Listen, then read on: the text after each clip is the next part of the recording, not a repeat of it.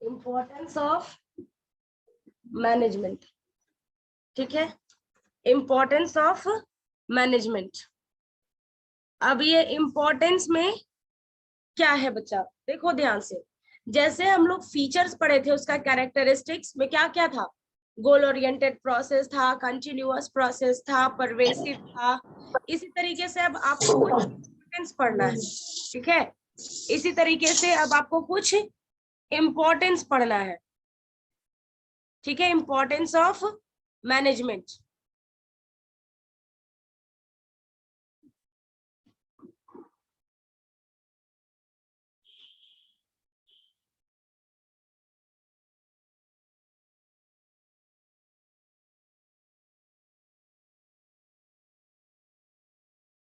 ठीक है, importance of management, क्या क्या इंपॉर्टेंस दिया है क्लास, एक एक बार मैं पढ़ देती हूँ। अच्छा, इसका केस स्टडी डिस्कशन किए थे ना कल, हाँ हुआ था। देखो, इंपॉर्टेंस ऑफ मैनेजमेंट में क्या बताया है,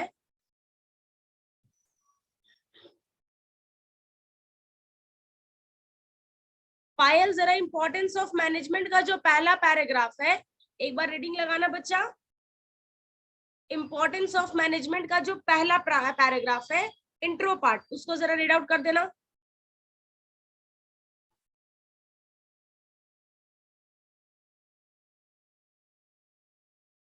पढ़ो बच्चा, जो आपका इंपॉर्टेंस ऑफ मैनेजमेंट का जो पहला पार्ट है, ठीक है, आप उसको रीड आउट करो। Payal, Payal start reading the first paragraph of importance of management. Payal और अनुषा, दोनों में से कोई एक बच्चा कोई भी पढ़ दो। जैसे फीचर्स में 5 पॉइंट था, 5 से 6 point, as it is format में बच्चा आपका इंपॉर्टेंस ऑफ मैनेजमेंट का भी same totally I think 7 points होंगे, जिसमें सबसे पहले आपको बताया गया होगा मैनेजमेंट का इंपॉर्टेंस का पहला पॉइंट कि ये हम लोगों को डायरेक्शन प्रोवाइड करता है, इट प्रोवाइड डायरेक्शंस। सामने रखो बच्चा बुक,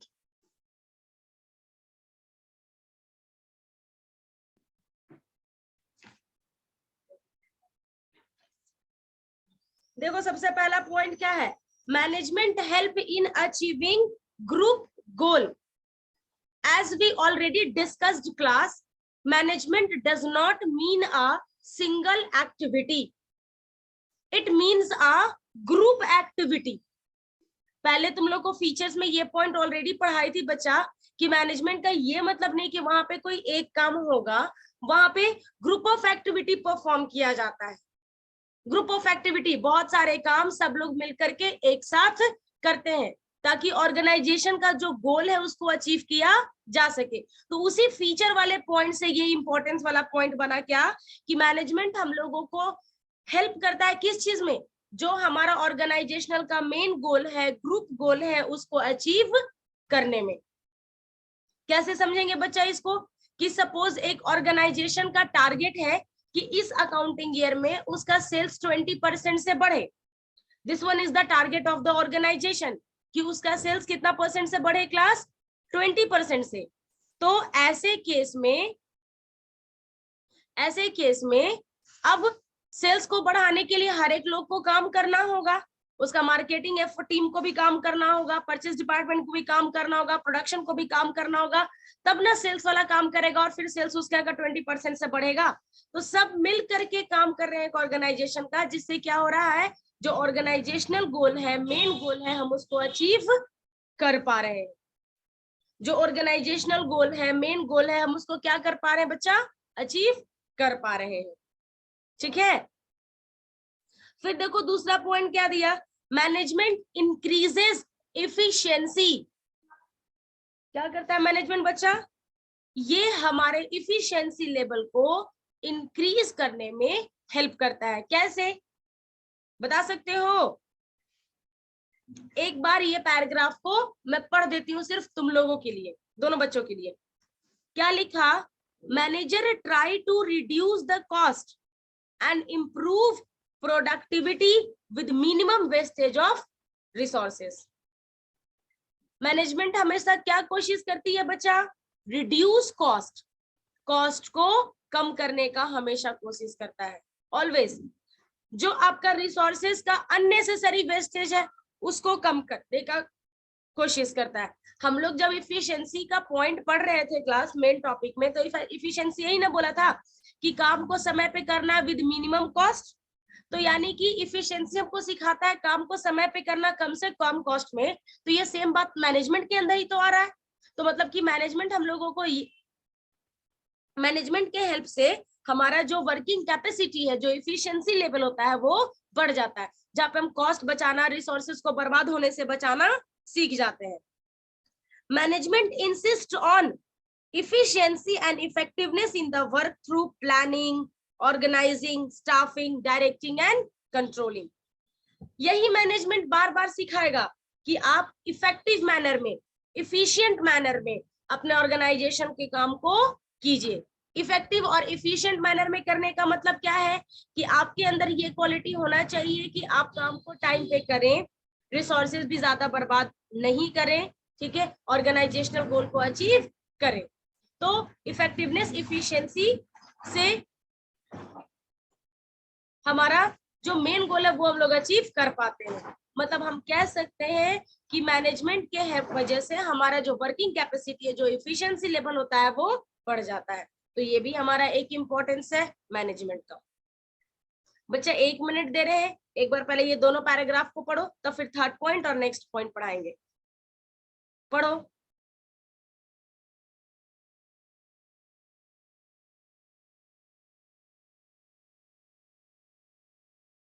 खुद से पहले बच्चा 2 पॉइंट पढ़िए, फिर मैं नेक्स्ट पॉइंट पढ़ाऊंगी।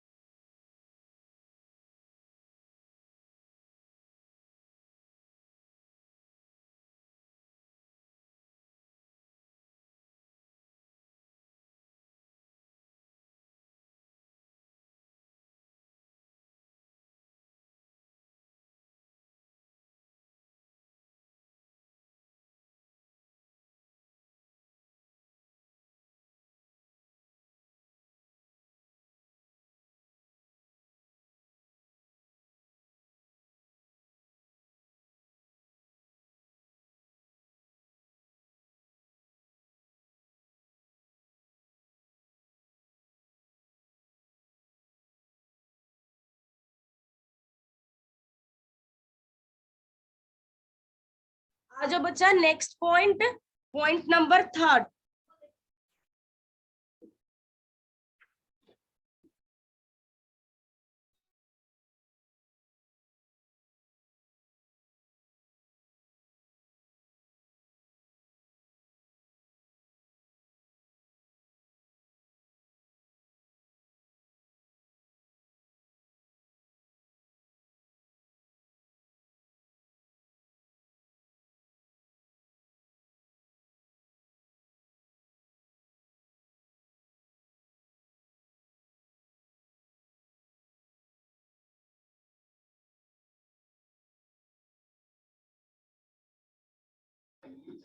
हाँ बच्चा, क्या था हम लोगों का?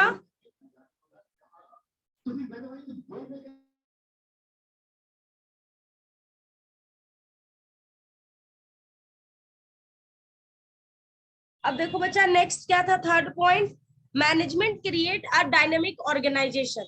जैसे बच्चा हम लोग पढ़े थे ना कि डायनेमिक इन्वायरमेंट, बिजनेस इन्वायरमेंट होता है, तो मैनेजमेट मैनेजमेंट के हेल्प से हम डायनेमिक इन्वायरमेंट में कैसे हम लोगों को सरवाइव करना है, कैसे नए नए चीज को अडॉप्ट करना है, ये चीज में हम लोगों को मैनेजमेंट हेल्प करता है। तो मैनेजमेंट का ये भी इंपॉर्टेंस है कि उस डायनेमिक इन्वायरमेंट को अडॉप्ट करने में ये हम लोगों को हेल्प करता है। सुनो ध्यान से, मैं तुम लोगों के लिए पैराग्राफ रीड आउट कर दे रही हूँ। क्या बोला है इसमें? Organization have to survive in dynamic environment, so manager keep changes in organization to match the environmental change. Of course class हम लोग पहले भी पढ़े हैं कि बिजनेस इन्वायरमेंट डायनेमिक होता है, जैसा चेंजेस वहां होता है सेम वैसा चेंजेस हम लोग को अपने यहाँ भी लाना होता है। तो उस चेंज को अडॉप्ट करने में ये मैनेजमेंट हम लोगों को हेल्प करता है। The employ in the organization are generally resistant to change. Efficient management motivate employee to adopt change willingly by convincing them that change is not only beneficial for the organization but it improves the employees work also in the competitive world. Of course, देखो बच्चा, जो changes आएगा वो changes किसको adopt करना है? तो organisation के एम्प्लॉय को। तो एम्प्लॉय उसको एक बार में डायरेक्ट अडॉप्ट नहीं करेगा।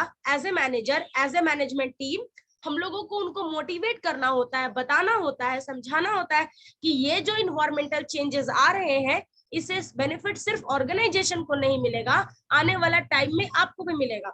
आप उस नए काम को सीख पाओगे कल को यहाँ या कहीं और, इससे आपका करियर एडवांसमेंट भी होगा, करियर डेवलपमेंट भी होगा। इसका बेनिफिट आपको कल भी आने वाले टाइम में मिलेगा। मतलब इस तरीके से उनको मोटिवेट करके वो चेंजेस को अडॉप्ट करवाना है। समझे बच्चा? इसीलिए इसका इंपॉर्टेंस बन गया क्या कि management creates a dynamic organization. इस पॉइंट को एक बार पढ़ो।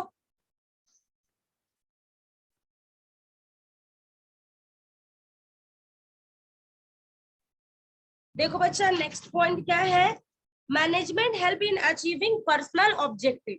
पर्सनल ऑब्जेक्टिव हम लोग पढ़े थे ना बच्चा, ऑब्जेक्टिव रिलेटेड टू एम्प्लॉय, जहाँ पे एम्प्लॉइज के इंटरेस्ट को ध्यान में रखा जाता है। तो ये मैनेजमेंट हम लोग को हेल्प करता है कि कैसे उस पर्सनल ऑब्जेक्टिव को हम लोग अचीव करेंगे। मतलब किस तरीके से हम अपने एम्प्लॉय को कॉम्पिटिटिव सैलरी देने की बात करें, ठीक है, कैसे हम उनको हेल्दी वर्किंग एनवायरनमेंट प्रेजेंट करें, किस तरीके से हम उनको और ट्रेनिंग दे ताकि उनका फ्यूचर एडवांसमेंट हो, फ्यूचर डेवलपमेंट हो। ये सारा चीज हम लोगों को मैनेजमेंट सिखाएगा।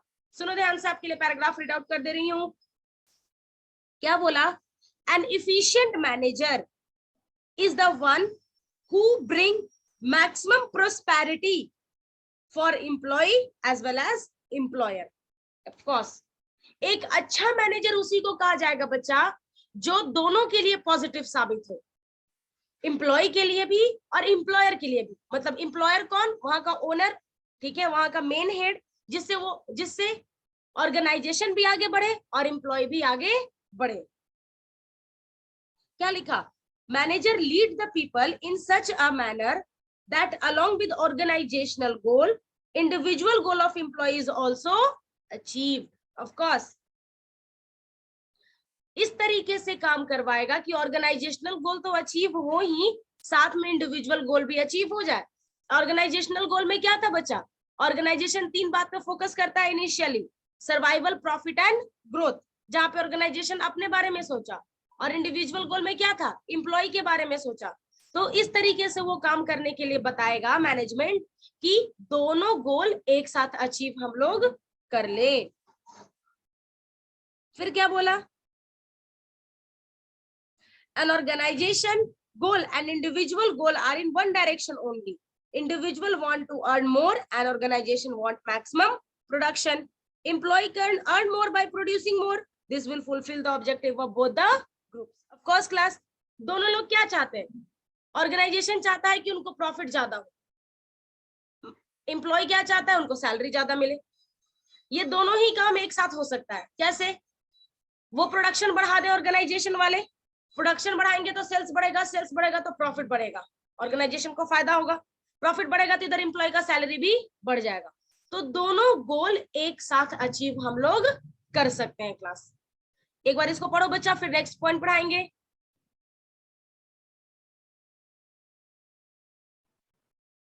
हाँ बच्चा देखो, अब है आपका next point, management help in development of society. Society के डेवलपमेंट में भी ये मैनेजमेंट हेल्प करता है। कैसे बच्चा? हम लोग पढ़े थे सोसाइटल ऑब्जेक्टिव में कि क्या पढ़े थे कि एज ऑर्गेनाइजेशन वो सोसाइटी के रिसोर्सेज को यूज कर रहा है, इट मीन्स कि उसको सोसाइटी के लिए भी कुछ ना कुछ करना है।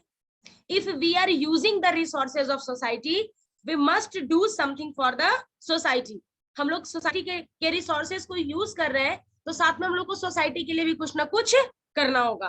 तो ये मैनेजमेंट उस सोसाइटल ऑब्जेक्टिव को भी अचीव करने में हम लोग को हेल्प करता है, सोसाइटी को डेवलप करने में हम लोगों को हेल्प करता है। क्योंकि सोसाइटल ऑब्जेक्टिव में हम लोग क्या देखे थे कि उनको एक अच्छा प्रोडक्ट देना है, रीजनेबल प्राइस पे, एम्प्लॉयमेंट जनरेशन का बात करना है, सिविक एक्टिविटी में इन्वॉल्व होना है, ठीक है। तो इस तरीके का पॉइंट्स हमने वहां पढ़ा था, ये सारा कुछ यहाँ पे भी दिया होगा। सुनो ध्यान से, एक बार पैराग्राफ पढ़ देते हैं। क्या लिखा? efficient management always have multiple objective. Efficient management always have multiple objective. They give due importance to social objective towards different group of people such as employee, customer, supplier, etc. Of course class, यही सारे लोग होंगे उसमें, पहले भी आप लोग ये पॉइंट्स पढ़ चुके हो। It insists on provide quality goods, competitive salary, create employment opportunity, etc. Just अभी बताया ना बच्चा, सोसाइटल कॉन्सेप्ट में यही ना फोकस किया जाता है कि हम आपको क्वालिटी प्रोडक्ट देंगे एट रीजनेबल प्राइस।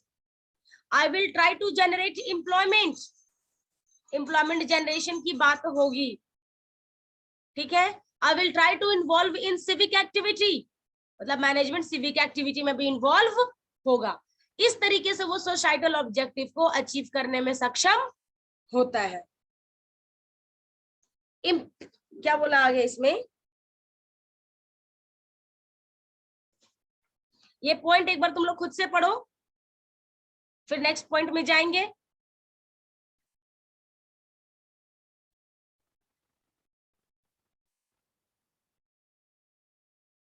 ठीक है, टोटल ये 5 पॉइंट है इंपॉर्टेंस का, जिसमें सबसे पहले आपने पढ़ा management help in achieving group goal, clear class. Second, management increase efficiency. Third point, management create a dynamic function. Next, management help in achieving personal objective. And last, management help in development of society. These are the 5 importance of management. सबको अच्छे से समझ में आ गया होगा? अपने book में page turn करो, अब इंपॉर्टेंस से रिलेटेड कुछ केस स्टडी है, तो एक दो केस स्टडी डिस्कस कर देती हूँ, तब जाकर के ये टॉपिक पूरा 100% कवर हो जाएगा। जिसमें देखो बच्चा 2 क्वेश्चन है, क्वेश्चन 1 और question 2। I will discuss question number 2।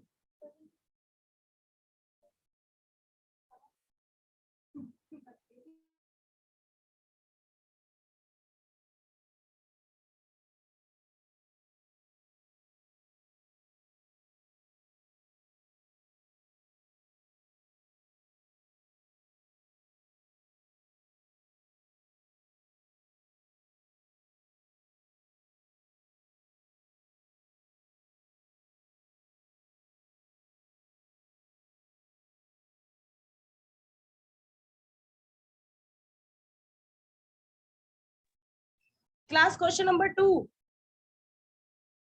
देखो, ABC limited is running a chain of fast food restaurant in India. ठीक है, मतलब फास्ट फूड का रेस्टोरेंट है। The business was flourishing, but over last 2 years they observed that the revenue and profit is declining. अच्छा चल रहा था, लेकिन पिछले 2 साल से थोड़ा प्रॉफिट क्या हो गया और रेवेन्यू क्या हो गया, घटने लगा। Management observed that with the entry of new fast food chain from across the world, the people are shifting to these restaurants, so the management plan to add new variety of food item in their menu. Of course भाई ये लोग पहले पुराने dishes पे काम कर रहे होंगे, अब नया मार्केट में कॉम्पिटिटर आया, नए नए फूड के साथ आया, लोगों का टेस्ट तो बदलते रहता है क्योंकि बिजनेस इन्वायरमेंट डायनेमिक है। अब उसको कैच करने के लिए, पकड़ने के लिए ये को भी क्या करना पड़ा, नया नया फूड आइटम को अपने मेन्यू में ऐड करना पड़ा। For that they sent their efficient employee abroad for training and imported machine to maintain the quality of food. अब देखो वो क्या किया, अब एम्प्लॉय को अपडेट करने के लिए ट्रेनिंग के लिए भेजा, बाहर से नया नया मशीन मंगवा रहा है. देखो क्लास क्या क्या कर रहा है.